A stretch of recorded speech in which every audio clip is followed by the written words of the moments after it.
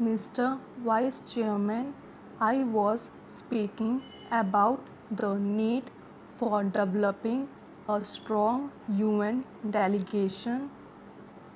I wish that the Honorable Prime Minister would give his attention to this aspect of the matter, particularly in view of the fact that in the next decade or two, politics all over the world would take on a complex character, and it is necessary that men are trained from now on for taking part in international affairs. In the UK and the United States, such delegations are built with men who have wide knowledge of international affairs, and there should be other qualification for a man to be included in such a delegation. In this connection, I should also like to mention that it is a time for government to develop sound conventions regarding the conduct of foreign affairs. In the United States, they have accepted the principle of bipartisan consultation on important affairs of policy. For example, when President Kennedy stood for election, President Eisenhower, even during the period of the conduct of campaign of President Kennedy, kept him informed about major developments in foreign affairs.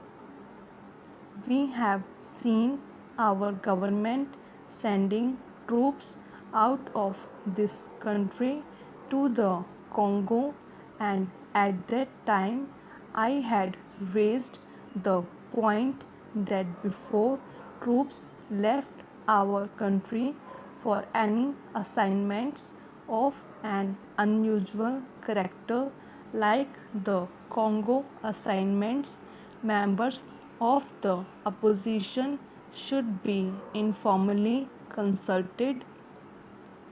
There will be no question of any leakage of information whatever if leaders in the opposition are consulted on important aspects of foreign policy.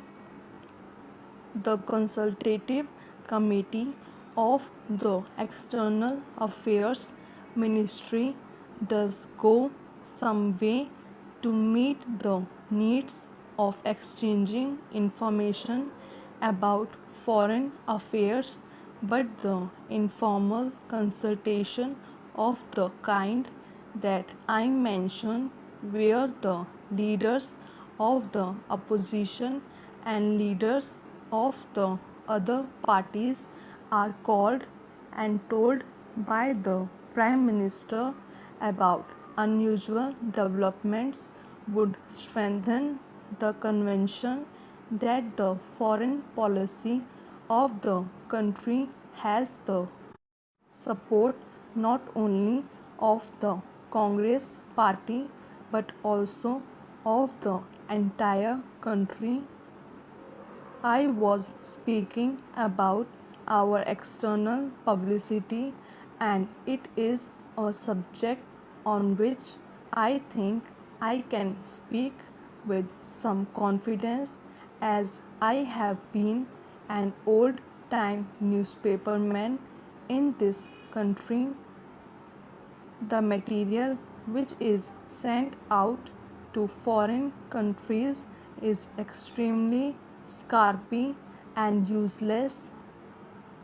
There is included in these messages some statement of what this minister was saying somewhere, we are trying to give publicity to ministerial activities, and it is inevitable that some such publicity should be given because ministers are in charge of the government, but one abroad does not get a real idea of what is happening in the country.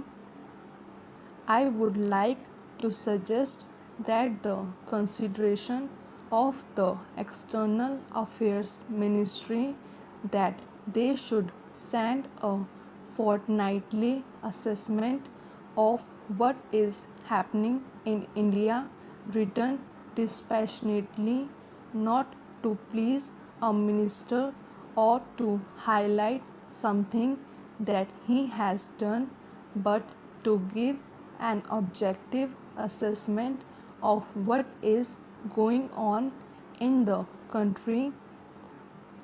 In the old days, when the British government was in existence, such fortnightly reports used to be sent by various state governments, and I think a beginning can be made in that direction in this matter.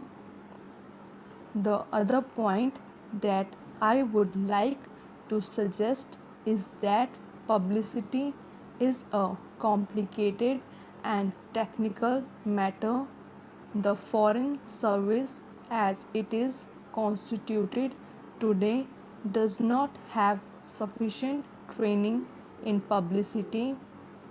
The Estimates Committee, which went into the demands of the External Affairs Ministry, mentioned about the methods of training which have been adopted, but since our foreign service men are not trained in publicity work, and one sees, for example, that a lot of confusion has arisen in the United States over Ambassador Nehru's statement. I think the External Affairs Ministry might well set up a committee of members of parliament who are conversant with external publicity and some newspapermen to advise the External Affairs Ministry from time to time. I do not think that the committee will ask for information which is confidential or secret, but they can assist the newspaperman. There are a handful of competent men who would be willing to serve on the committee in a advisory capacity. They would be able to tell the External Affairs Ministry that should be done in order that our news publicity abroad is better. I might mention also that the Estimates Committee had recommended the creation of the cultural cell. Sir, to my mind, we have also to be clear in our mind regarding the objective of rural industrialization.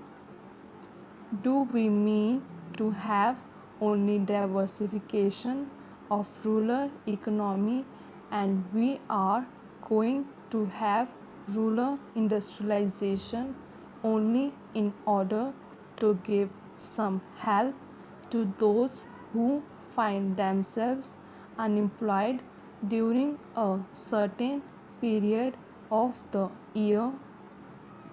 Are we aiming at utilizing local resources and meeting local needs through diversification of rural economy, or have we a more fundamental objective in mind when we are trying to industrialize the rural areas